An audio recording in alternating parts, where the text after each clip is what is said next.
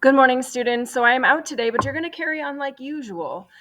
We've got some tasks to take care of today, and I know you're going to be great. So the first thing that you did when you walked in, you did a check-in. You just kind of checked in with yourself. You wrote it down on the paper, how you were feeling and why you were feeling that way. If there's private stuff, then of course, feel free to not answer and just do the private stuff. The next thing that we are going to be doing, the next thing that you should be doing is answering the questions. If you really knew me, you'd know. Now, if you know anything about me, I participated in a program called Challenge Day, and this was a significant portion of the Challenge Day. Now, we haven't done all the work that Challenge Day, so I don't expect necessarily that we're going to get super deep with your if you really knew me questions, but I do invite you to get and a little bit deeper so that we can get to know you. I believe to my core that when we understand other people a little bit better, it's harder to be mean, it's easier to be kind, it's easier to be forgiving, it's easier to be flexible with them. And so I have learned from my classes yesterday, I've learned so much about students that I didn't know. So I'm going to challenge you to go a little bit deep. If you notice on 1, 2, and 3, 1 is kind of plain text, 2 has a little accent on the word really, and 3 has a major accent on the word really. Now, there's been an iceberg picture out on the bulletin board, and most people are probably like, why is there a picture of an iceberg? Well, here's the thing. We trot around during the day much like an iceberg. Only about 10% of us is showing to the world, right? We only show the surface stuff. We usually don't go too deep. On our everyday level. And that's totally acceptable, totally normal. You wouldn't just air out all your laundry. However, when we get to know people a little bit more under the surface, it's easier to be better humans to them. So I'm going to share some examples of what I might put on my if you really knew me. Because sometimes we think about teachers, administrators, police officers, people who work at stores. We only think of them as their title, and we forget that there's a whole person and there's a whole life behind that could be carrying forward into their mindset, their attitude, and how they present throughout that day. And I try to be cognizant of that as well with you guys, because I know that there's stuff that you carry into school with you that's weighing on your mind and affects how you behave in class, how you treat other people, how you show up for my class specifically. So if you really knew me, you'd know that I grew up in a single family, single parent household. My mom was a very young mom. She was at 20 years old. She had two children. So if you really knew me, you'd know I grew up in a single parent household. If you really knew me, you'd know my mom was really young. And if you really knew me, you'd know, and this one's a little bit deeper because I don't mind being vulnerable to model what I'm looking for from you guys. If you really knew me, you would know that I grew up because my mom was a single mom. We spent a lot of time with our grandparents, aunts, uncles, caregivers, friends. We spent a lot of time at other people's homes. Every Saturday, we went to my grandparents' house, my mom's parents, and they were addicted to alcohol, unfortunately. And so every Saturday, we would be around people who could be inebriated, could be under the influence, could be doing just fine. We never knew. So to this day, I feel a little bit triggered when I'm around people I don't know who are drinking, and who are have drank too much, because I spent a lot of time as a child around people who drank too much, and sometimes it was scary and uncomfortable, and sometimes it was fine, but I'm a bit triggered by people who have been drinking because of the unpredictability, and that's a piece if you really knew me. Now I'm going to pause here. I'm going to have you fill out your 3 if you really knew me statements. When you are finished, the teacher or Miss Babcock or the teacher, whoever it is that's in charge of the room, is going to collect all of these for you. So I'm going to have you pause right now and complete your if you really knew me statement.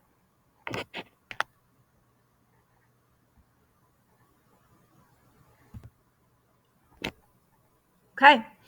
Welcome back. So, the next task that you guys are going to complete, you've already started this. You are working on your notebooks. And I've got Jasmine's here. I hope Jasmine doesn't kill me for showing this. I've got Jasmine's here, and hers is an example. Now, what you are seeing on the screen is the notebooks and what the instructions are. You started this the other day. I have the papers that you started the other day. Your goal is to create a slideshow that has 2 slides on it that is covered with the pictures that you have chosen based on the list you see here. So your teacher will be handing out the lists that you guys started. Okay. And what I want you to do is as you add the pictures, so a picture of you, you check the box. So you would come down here and you check this box. A picture of an activity you love to do, you'd come down here, you check the box, double check, look through your screen to make sure you have all the pieces that you need. Once you have all the pieces, here's an important part. Once you have all the pieces, you are going to go on the back, and on the back is the rubric. This is the grading scale. I want you to grade yourself. Of course, I will grade you as well based on this rubric, but I want you to circle the one that shows where you are at. And I'm not going to read them to you here because I don't have a lot of time, but you're going to read through there and you're going to decide, am I at the level exemplary? Am I at proficient? Am I at approaching? Am I at developing?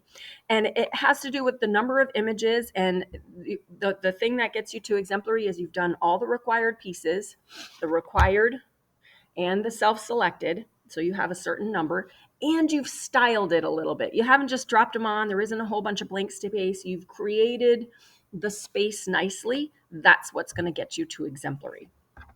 Now, it's super important that you're fitting everything on those two slides. Those two slides are sized in such a way that when you trim off the extra, it's going to fit right on your notebook.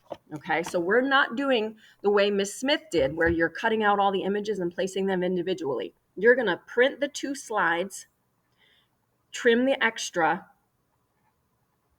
and then you're going to glue the whole paper on. So Jasmine already had her collage done. She just glued it right on. And then, and you might not get to this today, then we will use tape to laminate it. If you get to that part, there is tape.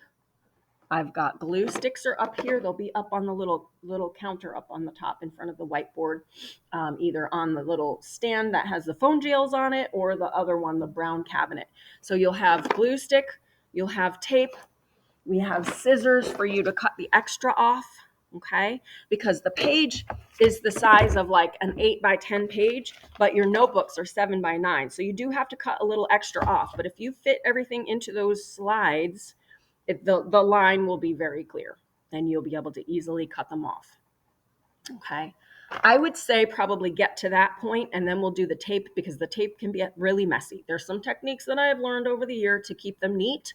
And so I would say, unless you're really like, I got this and you want to laminate it, because I know you've been doing it in Miss Smith's class as well. Okay. So you will also make sure, and I'll have this written up on a piece of paper that I'll post or something on the board so that you know.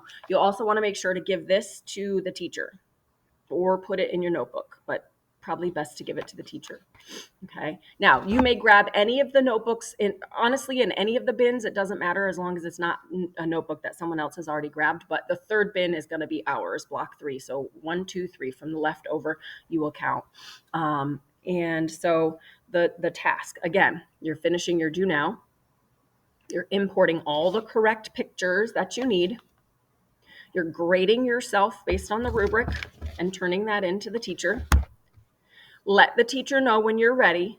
Miss Babcock has access to this file, and she should be able to print it to Miss Smith's room. She'll print it. We'll print a bunch at once, and someone will go down, hand them out, and then you can start cutting out the extra. When you are all done with that, and you've used a glue stick to glue on your paper to your notebook, then you can do something quietly at your desk. I have some coloring pages I'll leave back there if you want to color. Although I know a lot of people like to play games on their computer, that is fine if you do so quietly. All right. Any questions? And you can have Ms. Babcock message me. I will be in an appointment, but I will have some availability to answer messages if there's like major questions. Oh my gosh, what's going on? Okay, I think you're going to do great. I can't wait to read your if you really knew me's, and I know that you're going to do great with your notebook cover already. I see people chugging along. I see people getting it done, and I love seeing them. I love seeing them. So have a great class, you guys.